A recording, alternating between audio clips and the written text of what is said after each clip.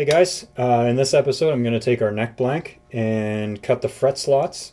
I'll radius the fretboard and put the side dots in, and I'll do the inlay.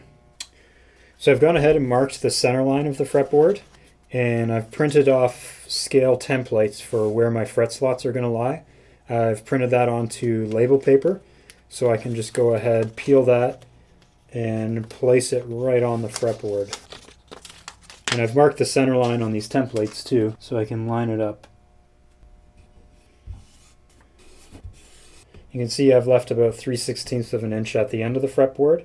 That's because I'm doing a 0 fret, which is going to be just in slightly from where the locking nut will lie. You can see I've notched where they overlap so I can line them up.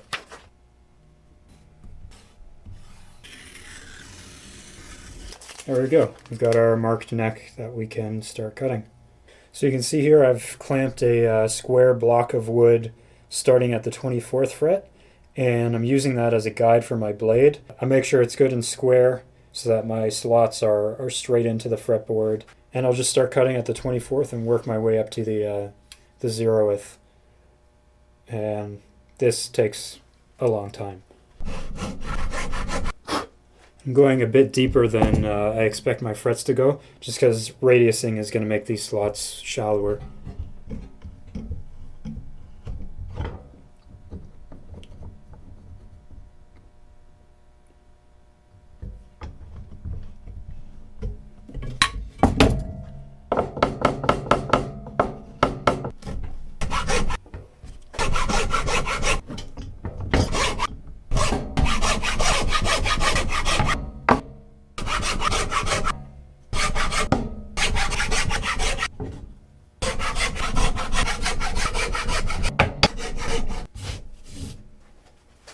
So now we can take off all these labels and start radiusing the fretboard. So I've taken a bunch of measurements of the bridge and the nut to figure out how curved they are, to find out the radius of them. And I've got a couple different radius blocks. One that's a lot closer to flat for the end closer to the bridge, and one that's a little more aggressive for closer to the nut. I use both radius blocks, which will give me a compound radius, and then I'll use a flat sanding stick, full length of the neck, to blend the two radiuses together to make sure that the string paths are completely flat. And another useful trick is to just scribble all over the fretboard with pencil, and then as you're sanding, it'll sand away the pencil marks, and you can see what part of the fretboard you're actually sanding. That way you can make sure you're not sanding on a weird angle or anything like that. And the most important thing is to make sure I keep the sanding block parallel to the neck as I sand.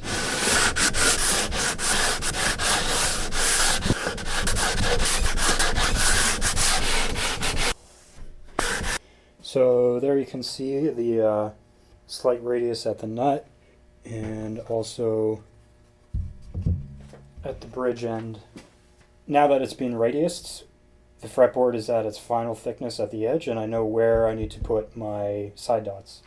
So for the side dots, I've decided to go with aluminum. You can see here I've cut out a bunch of pieces of aluminum rod, which I'll be gluing in.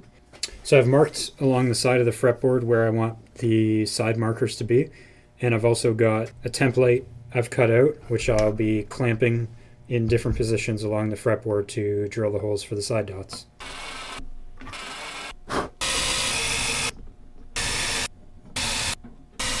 So I'm just going to use super glue again to glue in these side dots.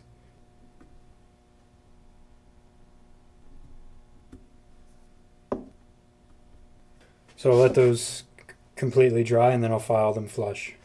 Now that the glue is dry on the side dots, I'm going to go ahead and file and sand them flush.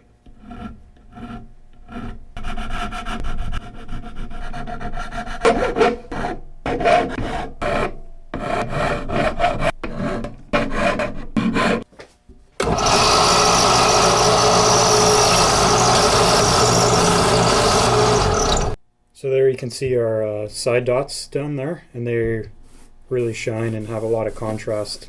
We'll see once it gets finish on it. So now we can start working on the inlay. Now for the inlay of this fretboard, I'm just going to be doing one inlay at the 12th fret. And since this is my 9th build, I'm going to be using the Greek symbol for the number 9, theta. I've printed off a stylized theta at a bunch of different widths and lengths. So I'm going to pick the one that best fits the fretboard, and I'll cut it out. I'm going to be doing this inlay out of aluminum as well. So I'll mask it onto aluminum, cut it to shape, and then go from there.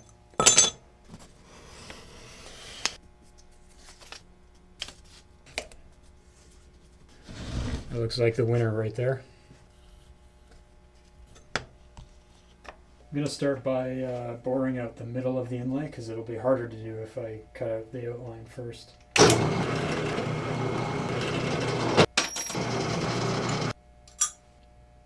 And I'll cut out the outline before I start doing the inside of this any further.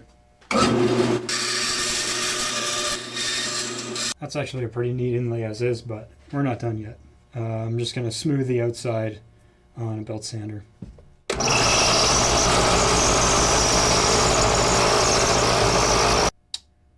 And I'll finish boring out the inside now.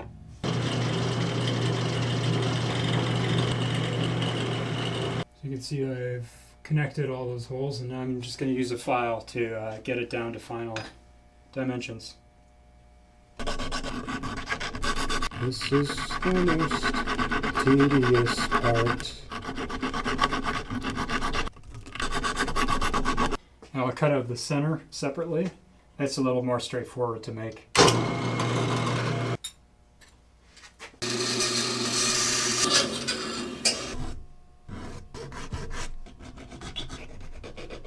After a lot of careful filing, I've got an inlay I'm happy with, and I've just lightly glued that where it's going to be placed. So now I can trace that out, break it off, and route out where I'm going to actually inlay this piece.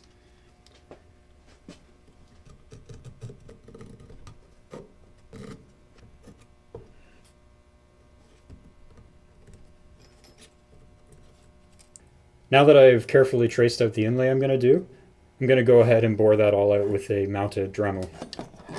And I'm just going to cut almost as deep as the inlay is thick.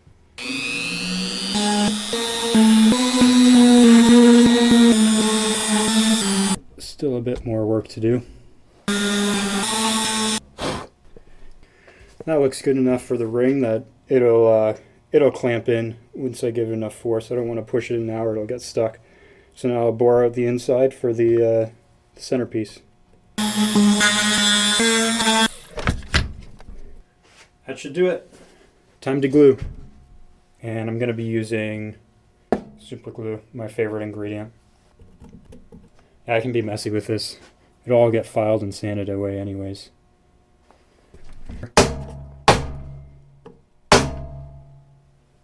Oh. Centerpiece. Give that a couple whacks. So I'll let that dry and then file and sand it flush. Now that everything's dry, I'm going to go ahead and file and sand this back down flush and fill any cracks that might be left between the inlay and the wood.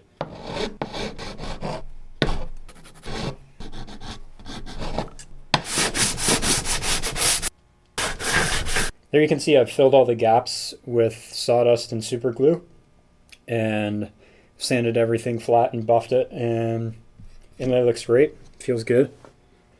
This is probably a good place to stop for now. I think in the next episode I'll fit the neck to the body and start carving.